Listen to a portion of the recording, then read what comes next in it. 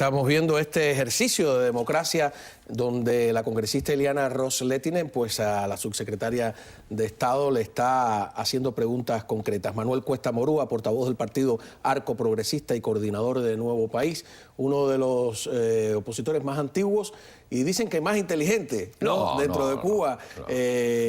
O razonables, ¿no? De los más razonables. De los más razonables. Inteligentes hay muchos. Muchísimas gracias por estar aquí. Hay que ser inteligente para colocarse del lado correcto, ¿no? En una dictadura. Lo que pasa es que hay que mezclarlo con un poco de valor personal y moral, y eso es complicado en un lugar donde se ejercen tantas presiones.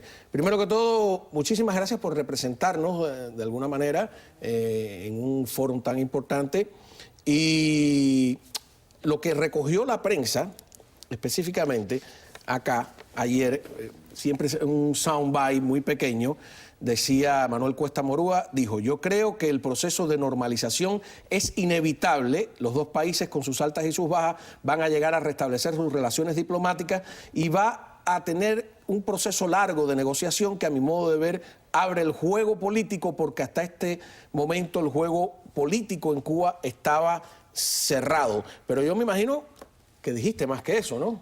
¿Qué quedó fuera? ¿Qué más explicaste allí? Mira, expliqué una serie de, yo hice 13 puntos, justamente basado en este concepto de que, de alguna manera, y con el absoluto respeto que me parece, todos los que en Cuba, estando ahora o no en la isla, han dedicado su tiempo a luchar contra esa dictadura, que es exactamente lo que es. Yo creo que se va pasando del tiempo de la épica al tiempo de la política, del tiempo de la resistencia, que hay que seguir resistiendo, al tiempo de pensar justamente cómo enfocar los cambios políticos en el país y qué hacer y cómo hacer de manera eficaz para que la democracia se lleve. Y eso, por eso lo reflejé en 13 puntos, a partir de que... Los tres más importantes, porque a lo mejor no nos da tiempo a los 13 de esos. Los tres más importantes de ese punto. Uno, los cubanos ahora podemos recuperar el debate por la democracia en Cuba entre cubanos. ¿En qué foros? En los foros, o sea, internacionales va a haber acceso a la prensa, a la televisión, no a la que radio. Vaya a haber. Nosotros debemos y podemos forjar un foro público de debate al interior de Cuba y fuera de Cuba. De hecho, mi presencia aquí no respondía a visitar el Senado, respondía básicamente a abrir un espacio y una conversación permanente con los exiliados para pensar juntos cómo nos juntamos y buscamos estrategias comunes. Era la palabra de orden de la que hablaba José Martí. Justamente. Segundo punto. Segundo punto. Los Estados Unidos no nos van a traer la libertad. La libertad tenemos que conquistarla nosotros. Porque yo creo que a lo largo de toda nuestra historia hemos de alguna manera dependido del estornudo de Washington para ver cómo ese estornudo se refleja en La Habana o en Cuba y entonces echar adelante nuestra agenda o nuestros intereses.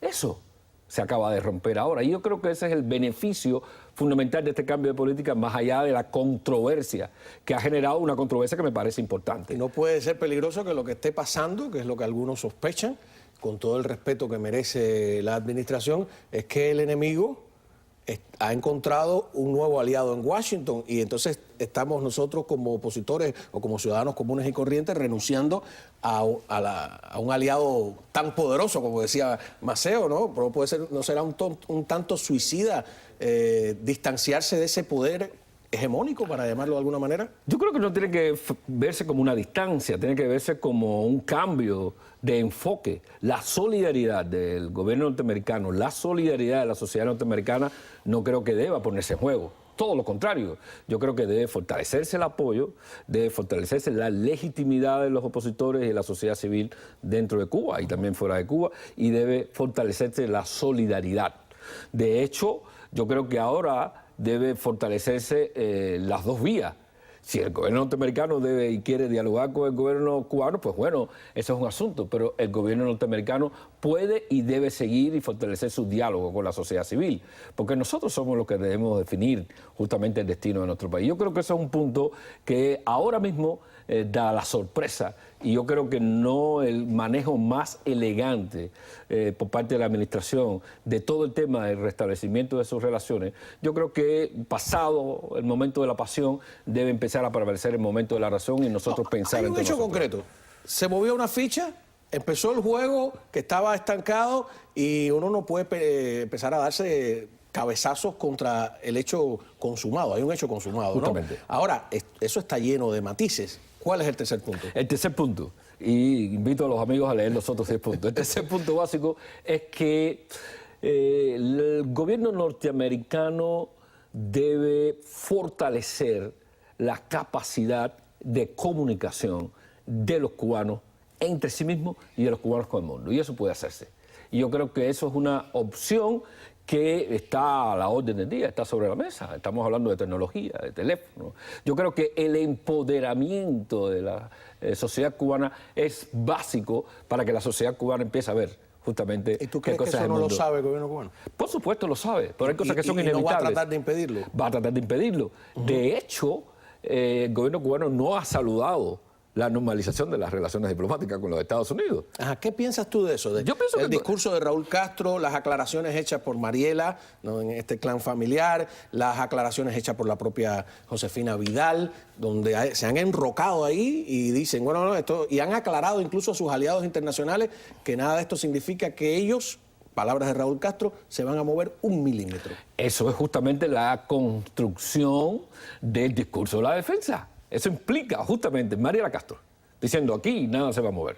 Deben estar soñando los que creen que Deben Cuba estar va a regresar soñando. al capitalismo.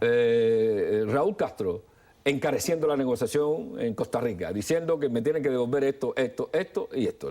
Todos sabemos lo que Raúl Castro quiere. Y convocando a todos los antinorteamericanos y poniéndole el tema de Puerto Rico sobre la mesa para... Exactamente. Y la Vidal diciendo, si quieren los norteamericanos, una cosa que me parece tonta absolutamente. Que tienen que portarse bien los diplomáticos dentro de Cuba. Los diplomáticos y no apoyar más a la... Mira, eso no va a pasar. Esos son discursos defensivos que indican justamente... ¿Por qué no va a pasar?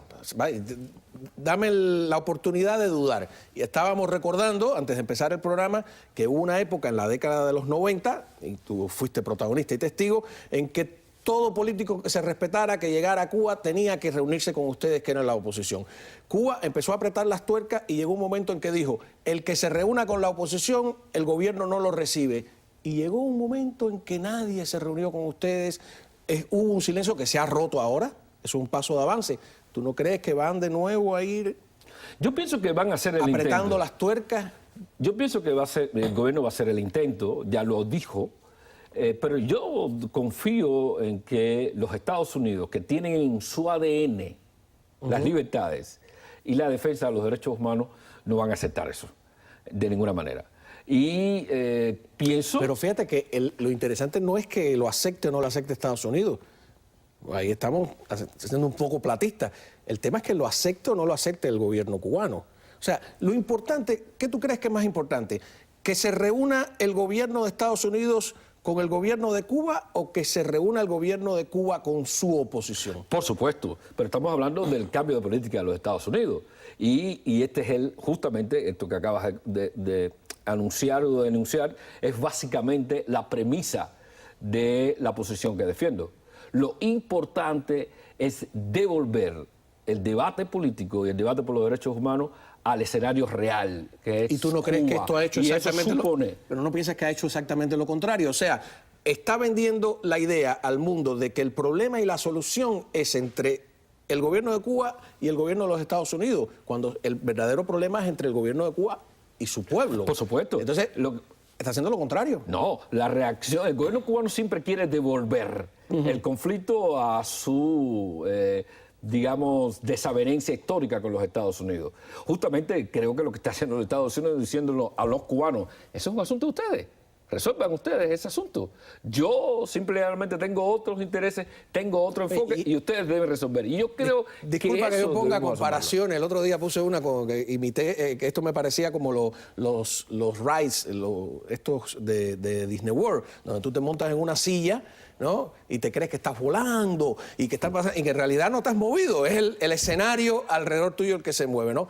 Y eso que tú dices, resuelvan ustedes, también es como que te encierren con un león en una jaula y sin una pistola, sin un látigo, y te dice, resuelvan ustedes ese problema. Es una pelea del león para el indefenso pueblo, ¿no? Yo creo que estábamos más indefensos cuando el gobierno cubano, en todos los escenarios posibles, en la pedagogía que nos enseñaban en las escuelas, decía, aquí nada se mueve porque tenemos a Goliat.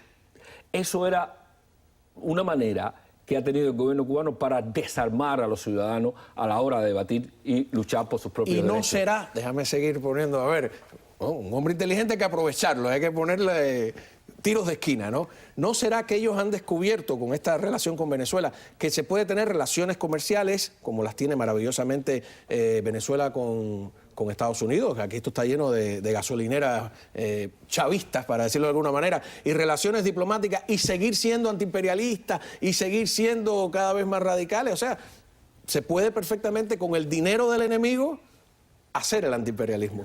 Bueno, ellos pueden tener y construir su propia ilusión, pero el pueblo cubano les está enviando otro mensaje. Cuando se restablecieron, o se anunció que se restablecían relaciones diplomáticas o que empezaba el proceso, recordarás que habían regresado a Cuba a los últimos 3 espías que quedaban. Claro. Mira, nadie celebró aquello. La gente celebró más bien claro. lo que decía sí, y se notaba que la prensa estaba tratando de darle a uno relieve. Y pero darle nadie, relieve al ¿cómo es otro. que se llaman? René. Es decir, la gente no estaba interesada en eso. Ahí habían 2 cosas que a mí me llamaron la atención. En el sector católico popular, por supuesto, había gente que decía San Obama. Y en el sector de la santería decía el santo Changó Obama. Porque le habían devuelto de alguna manera la esperanza. Y yo creo que eso es fundamental. Eso. No hay antiimperialismo. Regresamos aquí con el Panteón Yoruba a discutir este tema.